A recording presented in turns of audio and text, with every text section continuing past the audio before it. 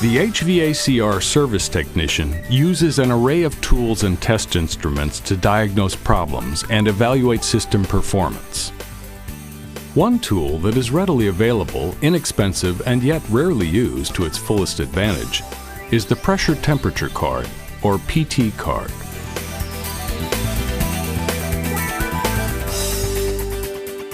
In this training video, we are going to review the principles of the pressure-temperature relationship in an operating system. Once you understand the basics, you'll be able to use either the traditional PT card or our ChillMaster app as an ideal service tool. The pressure-temperature relationship, as shown in the PT card, is simply a chart listing the boiling temperatures of the refrigerant. By convention, a PT card has pressures listed on the left side of the chart and the corresponding boiling temperatures for each of the listed refrigerants on the right. Refrigerant at these conditions is referred to as saturated. Saturated refrigerant can be 100% vapor, a mixture of liquid and vapor, or 100% liquid. At temperatures above saturation, the refrigerant becomes superheated vapor. At temperatures below saturation, the refrigerant becomes subcooled liquid. Saturated refrigerant must exist in two places of a normal operating system: in the evaporator and in the condenser. This is due to the fact that the refrigerant becomes a liquid and vapor mixture in the evaporator and condenser. Anytime you have a liquid and vapor refrigerant mixture, the refrigerant will be at saturation. For systems with a receiver, saturated refrigerant will also be found at the liquid-vapor interface at the refrigerant level in the receiver. For our example, we will use R134A. If we measure the pressure of the refrigerant, we can easily determine its saturation temperature. This is true anywhere in the system, not just the evaporator, condenser, and receiver. At points in the system where only vapor is present, the actual vapor temperature will be at or above the temperature indicated on the PT card. Vapor will only be present in the suction and discharge lines with a normally operating system. Where we have only liquid present, the actual liquid temperature will be at or below the temperature indicated on the PT card. Liquid refrigerant will be present in the liquid line which connects the condenser and evaporator coils. Now that we understand the basic principles of the PT relationship, let's start to analyze a system for superheated, subcooled, and saturated conditions. This system diagram shows some actual pressure-temperature measurements of a normally operating system using refrigerant 134A. This will give a better understanding of the condition of the refrigerant at the various points. The measured pressure at the evaporator coil outlet is 18 psig. Assuming there is minimal pressure drop in the evaporator coil, we will have an 18 psig pressure in the coil. 18 psig on the PT card indicates a temperature of 19 degrees Fahrenheit. Because liquid and vapor must be present in the evaporator coil, we must have 19 degree Fahrenheit refrigerant in the coil. If we were able to place a thermocouple on the coil surface where the refrigerant was evaporating, it should reveal this temperature. If 19 degrees Fahrenheit is measured at the evaporator coil outlet, we know the refrigerant is still saturated, and we likely have a liquid and vapor refrigerant mixture entering the suction line. However, our actual measured temperature in this case is 27 degrees Fahrenheit. Because this temperature is higher than our saturated temperature, we know the refrigerant at this point is superheated vapor. To determine the amount of superheat in the vapor, simply take the difference between the measured temperature and the saturated temperature indicated by the PT card. In this case, the difference between 27 degrees Fahrenheit and 19 degrees Fahrenheit is 8 degrees Fahrenheit superheat. As a second example, let's take readings at the compressor inlet. Our pressure gauge reads 16 psi. Our measured temperature is 47 degrees Fahrenheit. To calculate our superheat, we again reference our PT card. 16 psig on the PT card indicates a temperature of 16 degrees Fahrenheit. The difference between 47 degrees Fahrenheit measured temperature and 16 degrees Fahrenheit from the card is 31 degrees Fahrenheit superheat.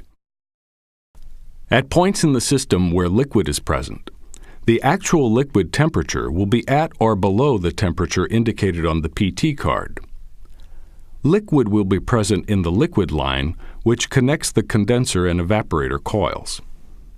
Let's examine the gauge we have installed at the outlet of the condenser coil. The measured pressure is 155 psig. Assuming there is minimal pressure drop in the condenser coil, we will have a 155 psig pressure in the coil. 155 psig on the PT card indicates a temperature of 114 degrees Fahrenheit.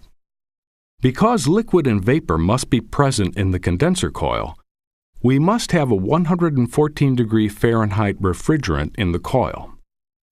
If we were able to place a thermocouple on the coil surface where the refrigerant was condensing, it should reveal this temperature.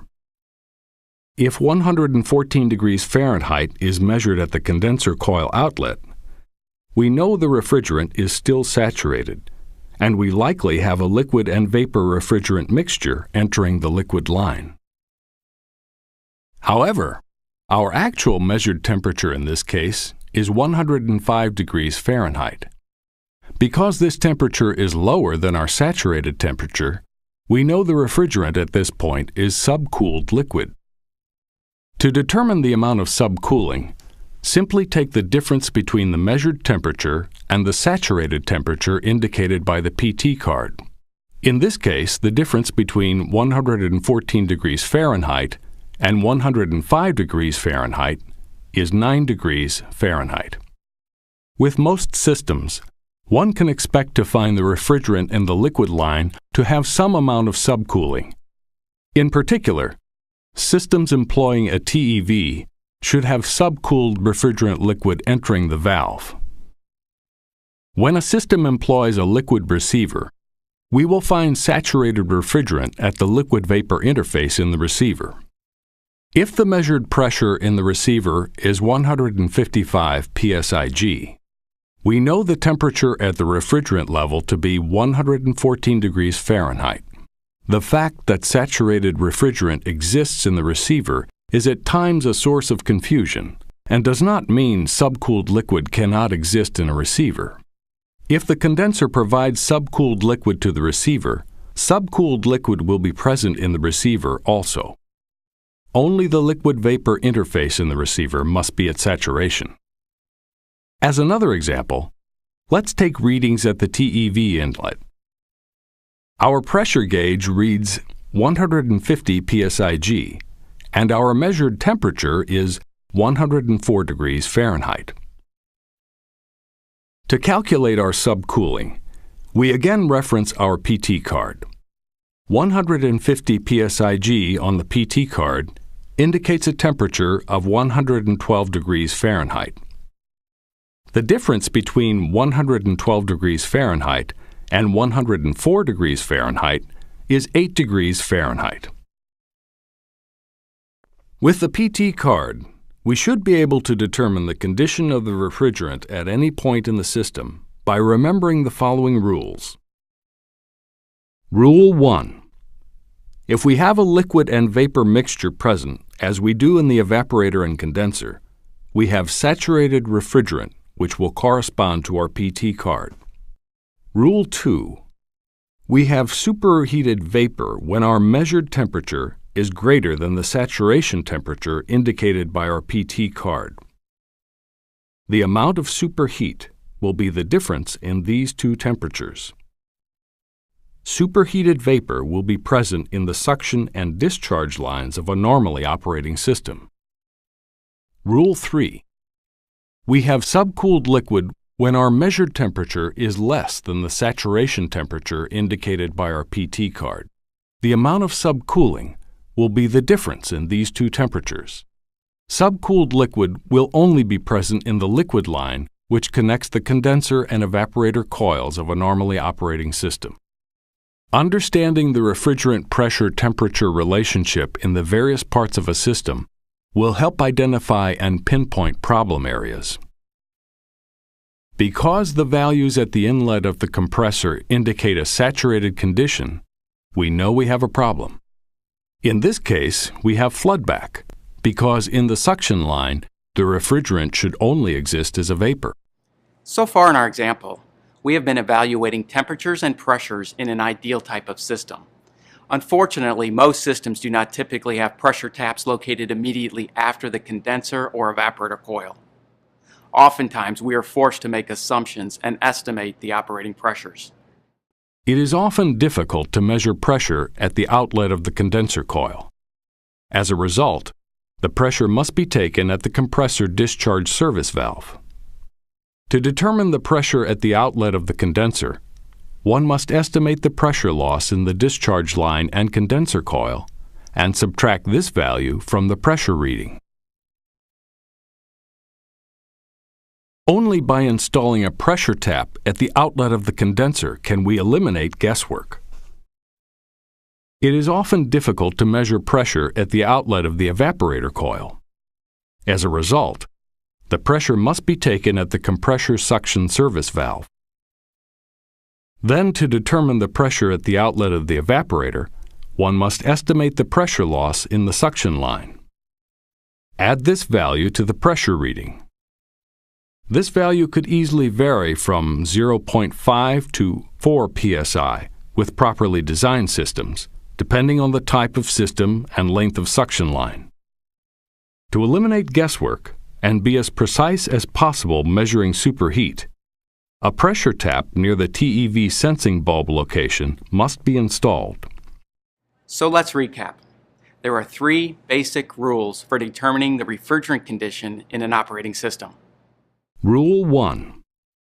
When we have refrigerant liquid and vapor existing together, we have saturated refrigerant, and the pressure and temperature will correspond to our PT card. Rule 2. If our measured temperature is above the saturated temperature indicated on our PT card, we must have superheated vapor. The amount of superheat is the difference between our measured temperature and the saturated temperature. Rule 3. If our measured temperature is below the saturated temperature indicated on our PT card, we must have subcooled liquid. The amount of subcooling is the difference between our measured temperature and the saturated temperature. Understanding these rules and knowing where these 3 conditions can occur will enable you to use the PT card or the ChillMaster app as a vital tool in diagnosing system problems.